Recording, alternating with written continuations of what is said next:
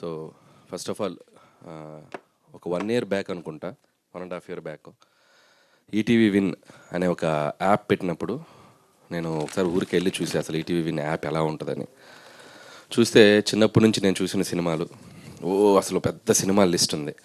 So నెట్ఫ్లిక్స్లు, అమెజాన్లు అసలు మొత్తం competitive world కదా. అసలు వీళ్ళు ఈటీవీ విన్ యాప్ని ఎలా ముందుకు డ్రైవ్ చేస్తారు అనుకునే 1.5 year గ్యాప్లోనే టోటల్గా అసలు మార్కెట్లో ఈటీవీ విన్ అనేది తనకంటూ ఒక డిఫరెంట్ ఇమేజ్ క్రియేట్ చేసుకుంది. అండ్ దీంట్లో అందరూ ఒకసారి గమనించదగ్గ విషయం ఏంటంటే that is only healthy content అంటే కుటుంబంతో సహా అందరం కూర్చొని, పసిపిల్లలైనా చిన్నపిల్లలైనా అందరం కూర్చొని చూసే కంటెంట్స్ కనపడుతున్నాయి. సో దానికి వాళ్ళ టీంని నేను అప్రిషియేట్ చేస్తున్నాను. అండ్ అలాగే ఇప్పుడు ఈ కొత్త ఐడియా కథాసుధ అంటే కథ మాత్రమే చెప్పేటువంటి ఒక ప్లాట్ఫామ్. అంతేకాకుండా ఎంతోమంది యంగ్స్టర్స్కి, కొత్త వాళ్ళని ఇండస్ట్రీకి పరిచయం చేసుకోవడానికి, వాళ్ళలో ఉన్న ఒక టాలెంట్ని ఒక వెండి తెరకి పరిచయం చేయడానికి అందరికీ ఉపయోగపడేటువంటి ఒక మంచి ఆలోచన ఇది. అండ్ దీంట్లో ఒక గొప్ప విషయం ఏంటంటే సాధారణంగా ఈ బుల్లితెర నుంచి మనం వెండి తెరకి వెళ్తుంటాం. ఎంతోమంది ఇక్కడ ఏదో మనం చూపించి యూట్యూబ్లోనో షార్ట్ ఫిల్మ్స్లో చూపించి ఒక బిగ్ స్క్రీన్కి రావాలని చాలామందికి ఒక డ్రీమ్ ఉంటుంది.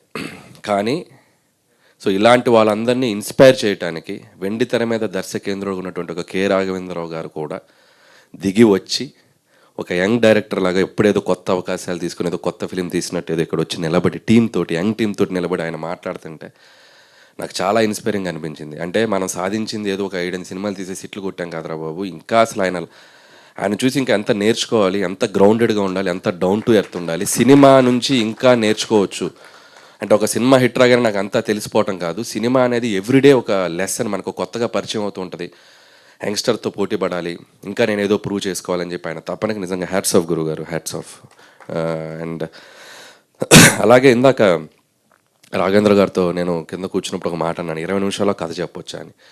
మన మచ్చరావు గారు అన్నట్టు నిజంగా కథ 20 నిమిషాలే ఉంటుంది. సో జనరల్గా ఒక సేయింగ్ ఉంది, కథని ఒక లైన్లో చెప్పగలిగితే, కథని ఒక వాక్యంలో చెప్పగలిగితే, అది అర్థమైతే ఆ సినిమా పెద్ద హిట్.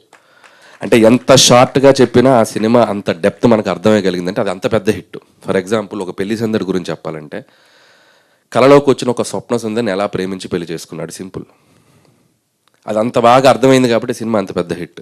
ఒక ఘరానా మొగుడు ఒక పొగరెక్కిన భార్యని ఒక సాదాసీదా ఒక మెకానిక్ ఎలా దారిలో పెట్టుకున్నాడు.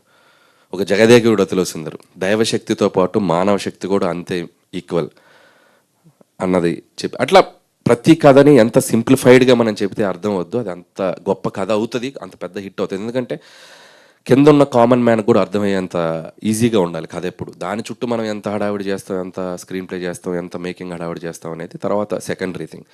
సో అలా ఒక 20 నిమిషాల్లో ఒక బ్యూటిఫుల్గా ఇంతమంది కొత్త వాళ్ళు, ఆర్టిస్టులు, టెక్నీషియన్స్, వాళ్ళందరినీ ఎంకరేజ్ చేయడానికి వచ్చి ఎక్స్పీరియన్స్ డైరెక్టర్స్, మా గురుగారు లాంటి వాళ్ళు, అండ్ సతీష్ వేగ్నేష్ గారు, అలాగే యంగ్ ఆర్టిస్టులు, వీళ్ళందరితో పాటు భరణి గారు లాంటి ఒక లెజెండరీ యాక్టర్స్, వీళ్ళందరూ కూడా ముందుకు వచ్చి ఈ ప్లాట్ఫామ్ని ఎంకరేజ్ చేయడానికి వస్తున్నారు. అండ్ బాలాదిత్య, అండ్ తను ఎన్నో ఏళ్ళ నుంచి ఉన్నారు ఇక్కడ ఇండస్ట్రీలో, తను ఇలా మన సోనియా సింగ్, ఇంకా అప్కమింగ్ ఆర్టిస్టులు అందరూ.